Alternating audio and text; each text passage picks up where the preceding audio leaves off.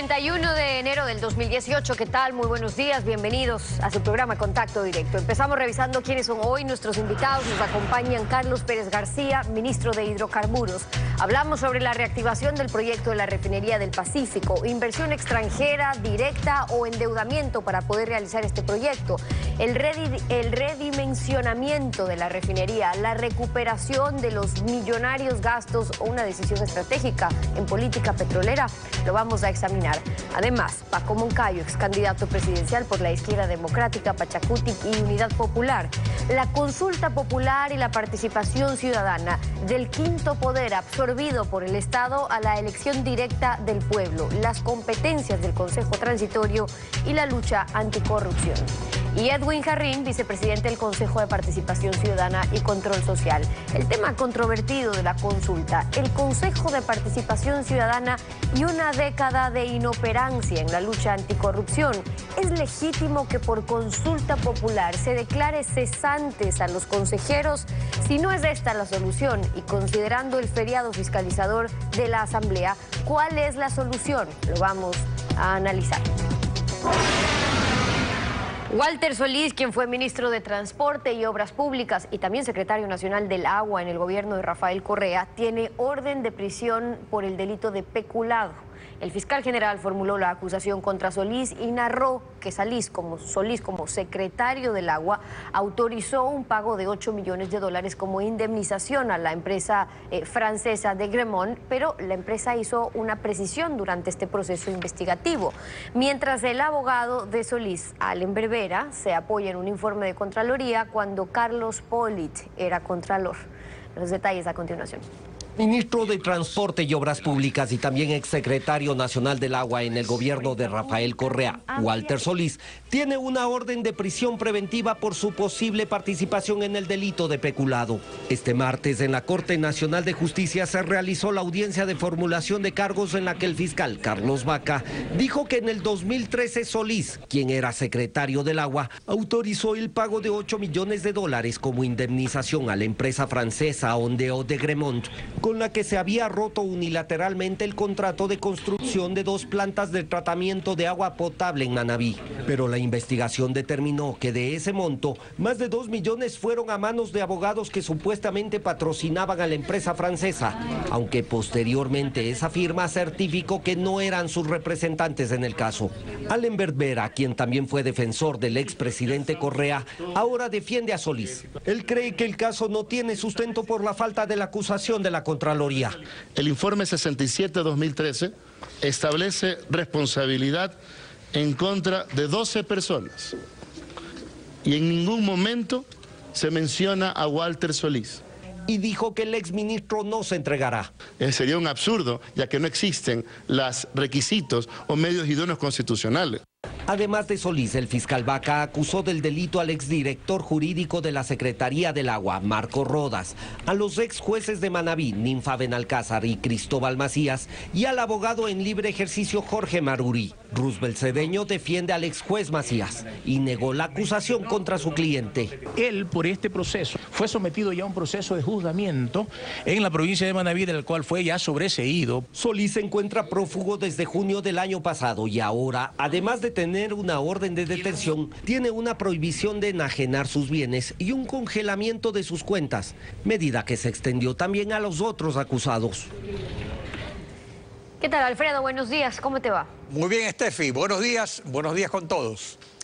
La lucha anticorrupción estuvo de vacaciones una década y eso permitió que se incrusten organizaciones criminales en la administración pública, comenzando por la fase precontractual hasta la emisión de auditorías de Contraloría que lavaban los indicios de las responsabilidades penales.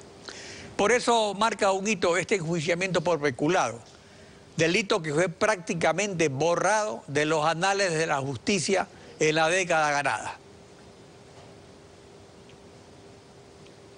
Actualidad, los protagonistas, el análisis y la información en Contacto Directo.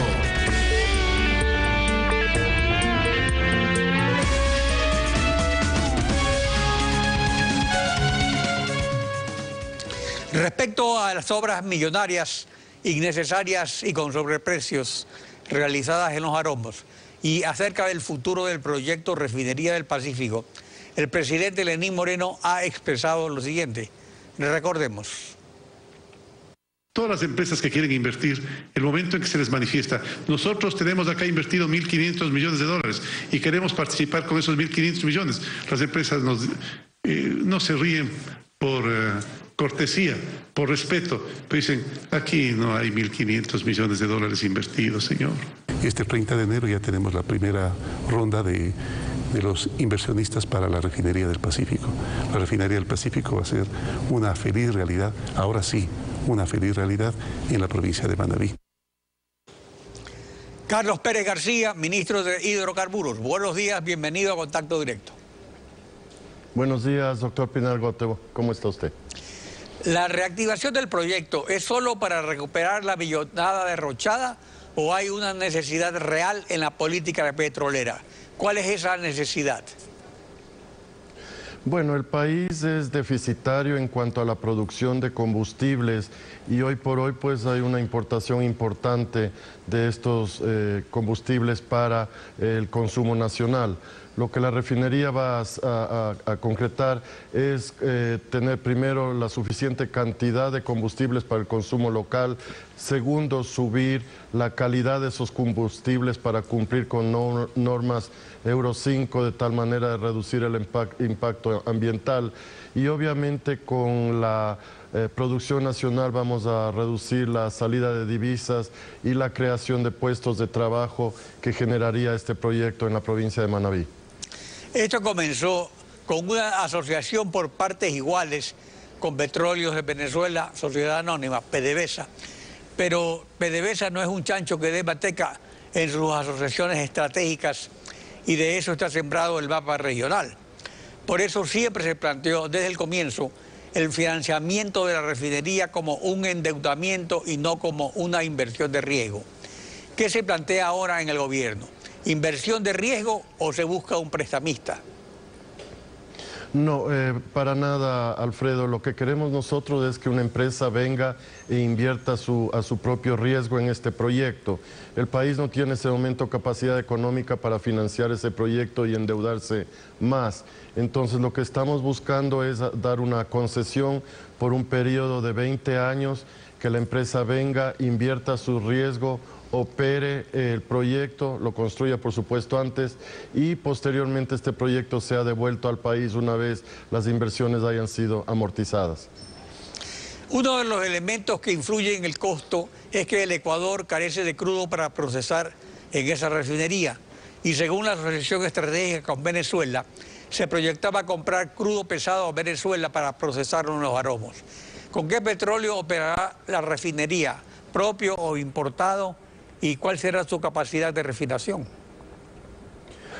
Nosotros venimos trabajando paralelamente con Petroamazonas, una de las empresas públicas del sector, para incrementar la producción en el país. La gran mayoría de alimentación para entregar a la refinería de Manabí vendrá del ITT. Esperamos que para cuando la refinería esté operativa, que será esperamos en los próximos 3 años, ya el ITT esté produciendo por encima de los 200.000 barriles diarios, más la producción de los otros campos en el país, nosotros tendremos suficiente para alimentar esa refinería. La capacidad propuesta es de 300.000 barriles diarios y esperamos que eso sea lo que los inversionistas tengan en mente, de tal forma de poder usar crudo. Por eso estamos pidiendo que la refinería sea de alta conversión, que reciba crudo de 13 a 18 grados API en vez del crudo venezolano que estuvo inicialmente previsto. ¿El Ecuador dejará de exportar, exportará menos? ¿Qué porcentaje de su producción total va a destinar a refinar en Esmeraldas y en los aromos? ¿Y cómo sería el balance de la situación petrolera? ¿En qué sentido, por ejemplo, se beneficia el Petroecuador vendiéndole el crudo al operador de la refinería o cuál sería la relación? Bueno, la idea es que nosotros vendamos el crudo a precio internacional al operador, de tal manera de que nosotros no tendríamos una pérdida por exportación de crudo. También no se olvide que nuestro plan a final del término presidencial del presidente Moreno es llegar cerca de los 700.000 barriles diarios de producción. Si se quedan alrededor de 400.000 barriles diarios para refino nacional, todavía podríamos exportar cerca de 300.000 barriles diarios al exterior y también tener divisas por ese lado. En el contexto internacional indica que durante el boom petrolero en 2010-2015 se proyectaba construir 14 refinerías más en el mundo, especialmente en Asia, aparte pues de la refinería de Los Aromos. Pero después del boom y con un petróleo que apenas llega a la mitad del precio del boom, sin embargo el presidente Trump ofrece relanzar la construcción de refinerías en Estados Unidos. Si la mayor parte de nuestro petróleo va a Estados Unidos, incluso el que revende China, ¿es ese entorno internacional favorable a la construcción de nuevas refinerías? Bueno, ayer tuvimos una presentación de empresas importantes que manejan esto y la parte de refinación en América Latina, en Sudamérica, es deficitaria. Lo que sí nosotros tenemos que ser competitivos en el sentido de que tenemos que, por la inversión que se haga y el tiempo, tiene que entregar una tasa interna de retorno razonable. Y eso es lo que tenemos que trabajar. No podemos meternos en proyectos que se excedan valores como los que estamos planteando nosotros, porque ahí sí sería un proyecto muy poco rentable. Hay refinerías que han costado por encima de los 20.000, 25.000 millones de dólares con la misma capacidad y obviamente esto significa un error y significa un mal manejo del proyecto. Nosotros estamos comprometidos en que esta refinería cueste alrededor de 5.000 millones de dólares, más obras adicionales que hay que hacer como son los oleoductos y los polioductos que se requieren para llevar el crudo y sacar los derivados, pero tenemos que mantener en esos rangos y obviamente hacer la refinería en un tiempo prudencialmente corto para no dilatar esto que viene dilatándose por muchos años ya. El acueducto para la refinería, el movimiento de tierras en el terraplén, la vía de acceso, la construcción de viviendas se hizo sin que haya refinería y ni siquiera el diseño de la misma ni los estudios de ingeniería. Habría que empezar por contratar su diseño o rediseño. ¿Qué es lo que se ofrece a los inversionistas concretamente? Bueno, nosotros tenemos ingeniería básica realizada, pero obviamente eso era para un proyecto mayor que incluía petroquímica y otras cosas. Tenemos el terreno, como ya conocen ustedes, nivelado, listo para trabajar. Obviamente, como ya mencionó el señor presidente de la República, la inversión que se hizo ahí, que consta en libros por encima de los 1.500 millones de dólares, no es una inversión real. Este momento, a través de Naciones Unidas y el proyecto de evaluación de los 5 proyectos grandes que tiene Petroecuador, haremos una evaluación real de lo que cuesta lo que está construido ahí. Me temo que va a ser un valor mucho menor a los 1.500 millones de dólares, como ya lo mencionó el presidente Lenín Moreno. Entonces, esa será nuestra contribución o será obras que ya no deban hacer los inversionistas. Pero por otro lado, nosotros tenemos que apurar la preparación y la presentación de este proyecto. Las empresas, si quieren usar la información que ya está a su disposición, lo harán, pero ya muchas empresas tienen predefinidas estas ingenierías y lo que hay que hacer es simplemente modificar la parte de ingreso por el tipo de crudo a la refinería y hacer una reingeniería de la parte inicial, pero el resto es básicamente de paquete, entonces no requiere mayor diseño porque ya han hecho proyectos similares a estos en otras partes del mundo. El objeto de la refinería es, usted mencionaba que se va a descartar los derivados de la petroquímica, o sea, ¿es solo para combustibles? ¿Qué tipo de combustibles? Sí, básicamente la refinería va a producir fuel oil, diésel, gasolinas, gas. y como productos adicionales tendremos azufre y urea. No está previsto otro tipo de petroquímica por el momento y ya veremos en el futuro si podemos hacer esto, pero inicialmente la idea es, como le comenté, producir estos combustibles que cumplan con normas Euro 5. Por ejemplo, el diésel tendrá que ser con un contenido de sólidos de 10.000 partes por millón, en vez de los montos que se manejan hoy día, que están por encima de los 350 partes, que es todavía excesivo, a pesar de que cumple con normas INEN. Para nosotros eso no es aceptable. Carlos Pérez García, ministro de Hidrocarburos, gracias por acompañarnos en Contacto Directo. Gracias y buenos días, doctor. Buenos días. Estefi. Al volver estará Paco Moncayo, ex candidato presidencial por la Izquierda Democrática, Pachacutic y Unidad Popular. Hablamos sobre la consulta popular y sus preguntas para reforzar la lucha anticorrupción. Muerte civil y devolución de lo mal habido para los delincuentes. La elección popular del Consejo Nacional de Participación y Control Social. Al volver lo revisamos, que es en nuestra sintonía.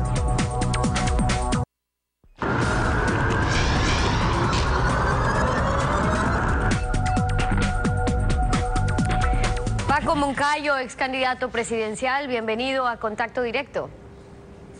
Buenos días, Steffi, qué gusto estar con usted y con la audiencia. Igualmente, buenos días. Quienes apoyan la campaña por el no en la pregunta del Consejo de Participación Ciudadana sostienen que ese consejo transitorio sería un cheque en blanco para el presidente Moreno, que sus delegados puedan evaluar y, de ser el caso, anticipar la terminación de los periodos de autoridades como un fiscal, un contralor, los jueces de la Corte Constitucional, que le da muchos poderes al Ejecutivo. ¿Por qué es necesario plantearlo así? ¿Qué nos llevó a esto? La Constitución de Montecristi dio un paso importante para mejorar la calidad de nuestra democracia. Pasar de una democracia de representación, esto es, aquella en la que elegimos quienes van a hablar por nosotros, a defender, disque, nuestros intereses, a una en la cual, como decía la Constitución, los ciudadanos seamos los protagonistas de los hechos políticos, los ciudadanos seamos los que podemos interpelar al poder. Se creó una función con este sentido, no con el sentido de estatizar la participación ciudadana. Además, se entró en un proceso absolutamente irregular que violaba las propias normas y el espíritu de la Constitución. Ustedes pueden recordar, ecuatorianas, ecuatorianos, cómo se conformó el Consejo Nacional Electoral y cómo se conformó el Consejo Nacional de Participación Ciudadana y Control Social. El uno nombró al otro y viceversa. ¿Cómo se eligió al Contralor? ¿Cómo se eligió a la Defensoría del Pueblo? También van a recordar cómo se conforma la Comisión Ciudadana de Selección, ciudadana, con un representante de cada función del Estado. Todas las funciones en manos del presidente Correa. Y después un número dice igual y por sorteo de ciudadanos. ¿Cómo fue que terminó la Comisión Ciudadana de Selección con todos correístas? Y esos antecedentes entonces, y estos argumentos, ¿justificarían ahora que sea el Ejecutivo, a través de sus delegados, que en el Consejo Transitorio pueda evaluar a las autoridades o dar por terminadas sus funciones, de ser el caso? Me parece a mí que hay que salir de esto. En la propuesta que hicimos del Acuerdo Nacional por el Cambio estaba este punto. Inclusive se pensaba que debería desaparecer esta función. Me parece a mí que si no se cambia esta forma de elegir a las autoridades de control, seguiremos teniendo, por supuesto, contralores como el señor Poli, que sacaba 100 sobre 100, y ustedes ya saben, ecuatorianos, cómo actuaba este contralor. A mí me parece importantísimo que hay que ir con un borrón y cuenta nueva, claro, de hecho, pero por supuesto, por eso Steffi, ustedes planteaban, por supuesto me decía, ¿por supuesto qué? Por supuesto, Steffi, que tampoco nosotros queremos pasar de una comisión nacional de esta naturaleza a una comisión morenista. Si es que vamos a cambiar, tenemos que cambiar en serio. Claro, ahora usted decía, Entonces, el planteamiento original fue eliminar por completo este Consejo de Participación, digo, el de ustedes, pero en sí los conceptos quedaron bien constituidos en Montecristi, es decir, si se cumplía lo que eran los principios. De hecho, ese Consejo tenía como misión la lucha anticorrupción, tenía entre sus facultades, según el artículo 208, investigar denuncias sobre actos u omisiones que afecten la participación ciudadana o que generen corrupción, además de emitir informes que determinen la existencia de indicios de responsabilidad. También impulsar acciones legales que correspondan y actuar como parte procesal en las causas que se instauren como consecuencia de sus investigaciones. Pero ¿qué vimos de esto? Cuando usted lee lo que manda la Constitución, ya no hay para qué argumentar sobre la ineficiencia, ineficacia, inutilidad, cómo ha actuado este Consejo Nacional de Participación. Estamos observando, esto es objetivo, estas no son calumnias, esto no es querer ver las cosas con odio, desprecio a nadie. Estamos observando que un vicepresidente está sentenciado por corrupción, ministros que están enjuiciados. ¿Qué hizo esta comisión durante estos 10 años? Entonces, ¿cómo vamos a querer continuar con esta comisión? Pero por supuesto, el presidente Lenín Moreno ha ofrecido que la comisión nueva va a estar conformada por personas que no van a ser allegadas a él, no van a ser puestas por el partido, por el movimiento de él, que van a ser seleccionadas desde la sociedad civil, por las organizaciones de la sociedad civil, por los campesinos, por los sindicatos, por las cámaras, en fin, por personas que puedan asegurarnos un consejo independiente, pero que no venga a perseguirle a la gente. Pero antes de llegar a ese consejo general, es importante que el consejo transitorio sea eso, transitorio, que en un año se den las elecciones, en las elecciones de alcaldes, de hecho estemos eligiendo a los próximos consejeros de participación, que sean ahí sí escogidos por votación popular. ¿Cuánto pesará allí el que los consejeros ya no puedan, de ganar esta pregunta el sí, que no puedan ser afiliados, adherentes o dirigentes de partidos o movimientos políticos durante los últimos 5 años? Es importantísimo, más allá inclusive de estos requisitos, por supuesto, en un sistema en el que lo político se ha satanizado, donde política y corrupción parecería que van de la mano, es importante que haya esta distancia entre la gestión política y la gestión de control, pero también hay que entender que la elección no es todo. Mire, en Bolivia se eligen los jueces, pero como hay un partido que tiene la mayoría, entonces va a ver usted que siempre ganan jueces del partido de Evo Morales. O sea, también necesitamos una ley y un reglamento electoral para esta comisión que nos permita que haya una diversidad, pluralidad, una representación general de lo que es la sociedad ecuatoriana, porque también por elecciones, mire cómo manejaron para con el método de llevarse toda la asamblea teniendo apenas menos de la mitad de los votos. Por eso es que no existe modelo perfecto y cada uno además es perfectible. Hay quienes sugieren que no sea un método de Hon, que sea a través del método Wester, que permite más participación de las minorías también para la conformación de ese consejo. Pero luego está la posibilidad de que sean concursos, que es lo que tuvimos, concursos de oposición y méritos, y eso sonaría también algo bastante confiable, es decir, que gane el mejor, que sea el más puntuado, etcétera. Pero aquí usted decía, ganó un contralor que está acusado ahora por Fiscalía de recibir millones de dólares por eliminar glosas, otros millones de dólares por aprobar informes. Está acusado, por ende, de ser parte de una red de corrupción, el que estaba encargado de controlar, de auditar los contratos con el Estado. Entonces, ¿falla la persona o falla el modelo y el sistema?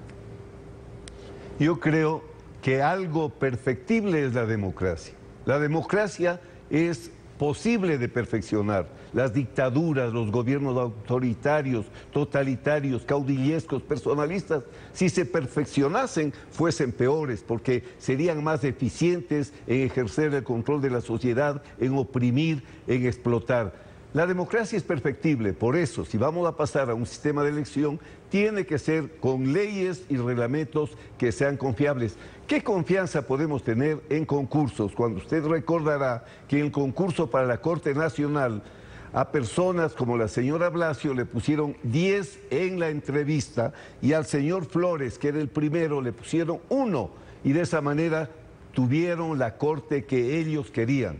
Inclusive si es que se va a hacer mediante este sistema de un concurso, tendría que tener reglas claras y que no se lo pueda manosear como se ha hecho para tomarse todas las funciones con arbitrariedades que con leyes y reglamentos han podido jugar para hacer lo que ellos querían.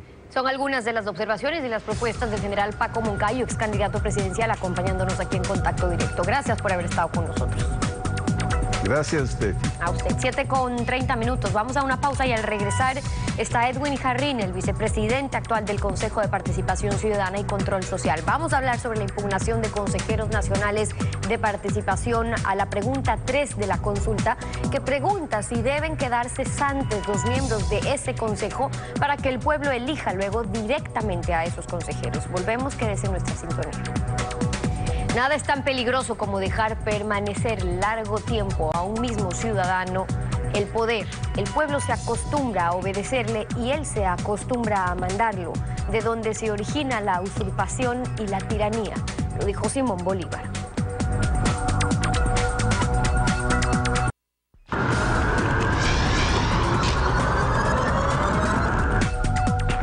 La pregunta 3 de la consulta sobre la elección popular de los consejeros de participación ciudadana es la que ha despertado mayor controversia, especialmente el anexo que establece un consejo transitorio hasta la elección popular que plantea la pregunta.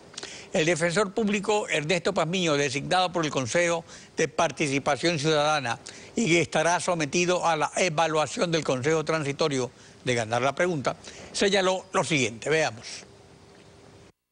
Los ecuatorianos debemos estar claros de que en este momento vivimos un momento de transición, una transición del autoritarismo, del despotismo a una democracia que respete los derechos de los ciudadanos, una transición de la corrupción a un rearme ético, a recuperar la ética pública. Para fomentar este modelo de autoritarismo y de corrupción, el gobierno anterior se tomó el Consejo de Participación Ciudadana y al tomarse el Consejo se tomó todas las instituciones del Estado, todas las funciones del Estado, nombrando a sus amigos, a sus coidearios, a sus familiares en las principales instituciones del Estado, en los organismos de control, poniendo a gente que pasó de la sumisión personal, que pasó de la obediencia política a una complicidad criminal.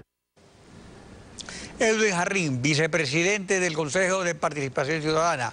Buen día, bienvenido a Contacto Directo. Buenos días, doctor Pinargotti, muchas gracias por el espacio, muchas gracias por la oportunidad de poder uno dirigirse a la ciudadanía y buenos días con toda la audiencia.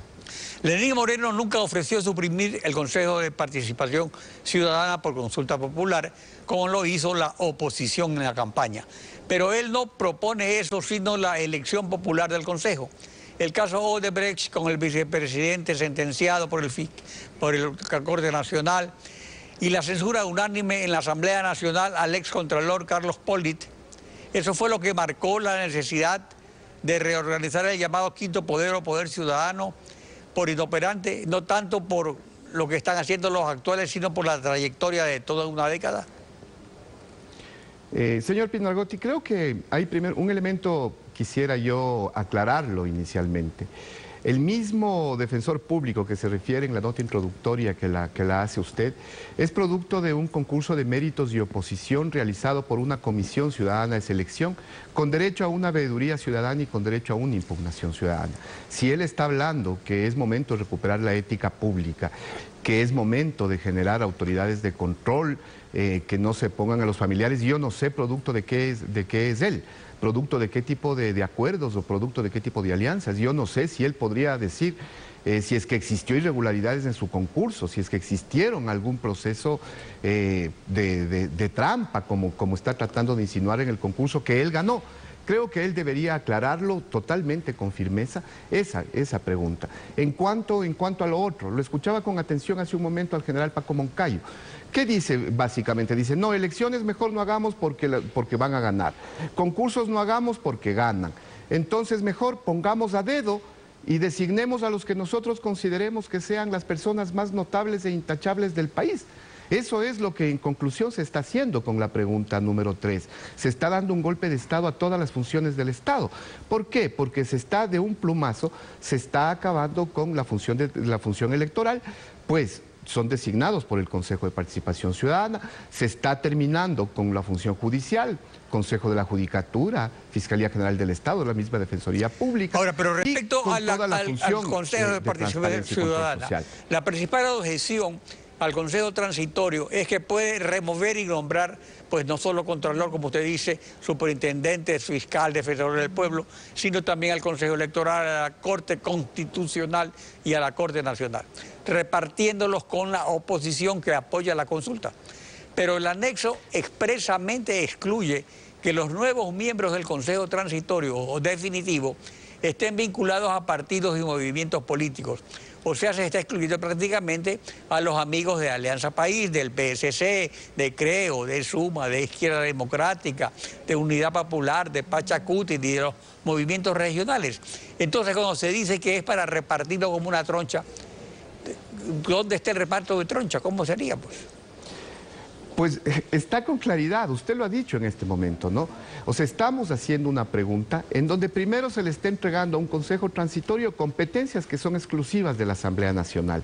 Y no, se le entrega a un Consejo Transitorio. A un Consejo Transitorio que va a estar conformado supuestamente por notables, pero yo la verdad no sé qué notable va a querer entrar por la ventana a tomarse por asalto las instituciones del Estado. Esos notables van a llegar a establecer el reparto, pues quedan todos los otros sectores, todos los poderes fácticos para tomarse a dedo las instituciones del Estado. Quizá un banquero nunca ha participado en un partido político. Pero el anexo no habla de notables. Sí, pero puede ir de superintendente de bancos. No habla de notables, pero las expresiones tanto del presidente como del vicepresidente y de los funcionarios del gobierno es que van a ser los más notables de la sociedad y eso es lo que están exigiendo todo el mundo. Entonces, lo que están haciendo es descartar, volver al país de los notables, de las comisiones de notables, donde lo que te da... Claro, pero es que ahora estamos en un país donde se pasó a un país de Alianza País, pues. Entonces resulta que ese es el problema, hay un problema. Además, otro de los argumentos que usted esgrime es que el artículo 105 de la Constitución dispone que en ningún caso la función legislativa podrá designar a los reemplazos de los consejeros de participación ciudadana, pero se refiere a los que sean destituidos por juicio político. El cese por consulta popular, como sería este caso, no está contemplado en la Constitución. Entonces, ¿en dónde está la prohibición a la Asamblea elegida por el pueblo para que se designe consejo transitorio, si solo se refiere al juicio político? El cese de nuestras funciones como consejeros, de la redundancia, del Consejo de Participación Ciudadana y Control Social, es a través de juicio político, no es a través de consulta popular. Eso es lo que establecía y debería establecer un informe de constitucionalidad. El problema de esta consulta es que nace sin un informe de constitucionalidad y eso también... A ver, pero ¿puede un informe de la Corte Constitucional limitar a la voluntad popular? El artículo 104 de la Constitución le da al presidente la facultad de llamar a cualquier asunto que él estime conveniente para la ciudadanía. O sea, va a determinar una corte qué es lo que es conveniente para la ciudadanía. Sin violentar los derechos de nadie y sin afectar a la democracia, claro que puede consultar cualquier tema, pero cuando afecta a los derechos humanos, cuando afecta a la institucionalidad del Estado, cuando afecta directamente a la democracia, claro que debe existir un informe de constitucionalidad que le diga al presidente, ¿sabe qué? Eso no puede hacerlo. ¿Por qué se acelera? ¿Por qué la desesperación para emitir el decreto ejecutivo sabiendo ya el informe de la jueza sustentadora para el... Bueno, ese es un argumento ¿Por qué se lo acelera? De Revolución Ciudadana, pero hay algo interesante. No, pero ¿por qué la Corte Interamericana de Derechos Humanos también se preocupa? Y también le advierte y le hace unas preguntas al Estado ecuatoriano y le dice, oigan, ustedes lo que están haciendo están afectando la constitucionalidad, ustedes no están teniendo un informe. Pero no está haciendo afirmaciones de la Corte Interamericana, no, la está comisión. Haciendo preguntas. Está haciendo preguntas, nada más. Exactamente, pero en cuanto al informe que había de una jueza, es sumamente raro y por eso mucha gente cree que esto es un tongo en Alianza País, porque resulta que si una jueza de la Corte dice que no se puede eso, ese informe nunca fue conocido públicamente, sino que algunas personas lo tienen, y al mismo tiempo esa misma Corte le da un plazo a los amicus curiae, es decir, que la Corte está creando un motivo para que se dé por concluido el término. Es decir, que al mismo tiempo estaba jugando dos carriles, el carril de Correa y el carril de Moreno. O sea, eso fue lo que pasó. Pero eso, ¿qué le interesa al país? ¿Qué le interesa a la ciudadanía? A ver, estoy de acuerdo con usted, señor Pino Argotti. ¿Es necesario, era necesario un informe de constitucionalidad? Sí era necesario en las preguntas de la consulta popular.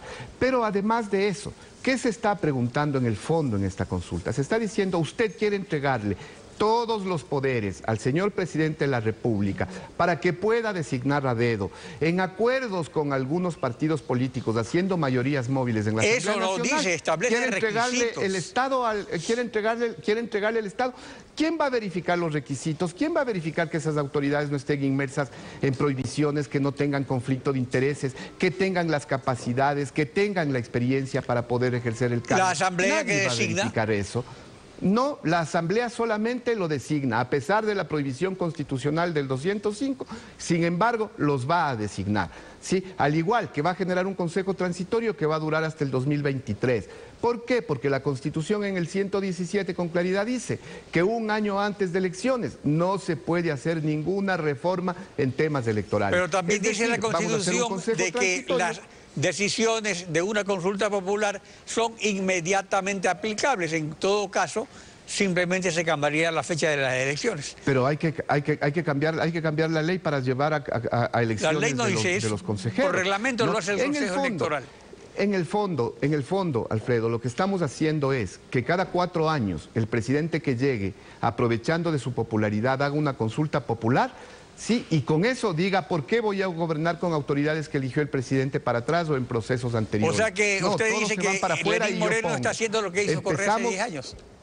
No, estamos empezando un proceso de ingobernabilidad que hizo el Congreso de 1997, cuando destituyó a Abdalá Bucaram como presidente de la República y nos generaron 10 años de ingobernabilidad, con feriado bancario incluido. Esa es la inestabilidad que estamos haciendo ahora, repartiendo el Estado en pedacitos. Gracias por su participación en Contacto Directo. Muchas gracias a usted. Estefi. Concluimos así esta emisión. A ustedes, gracias a su confianza y sintonía. Nos volvemos a encontrar mañana, Alfredo. Mañana continuamos rayando la desinformación en Contacto Directo. Buenos días.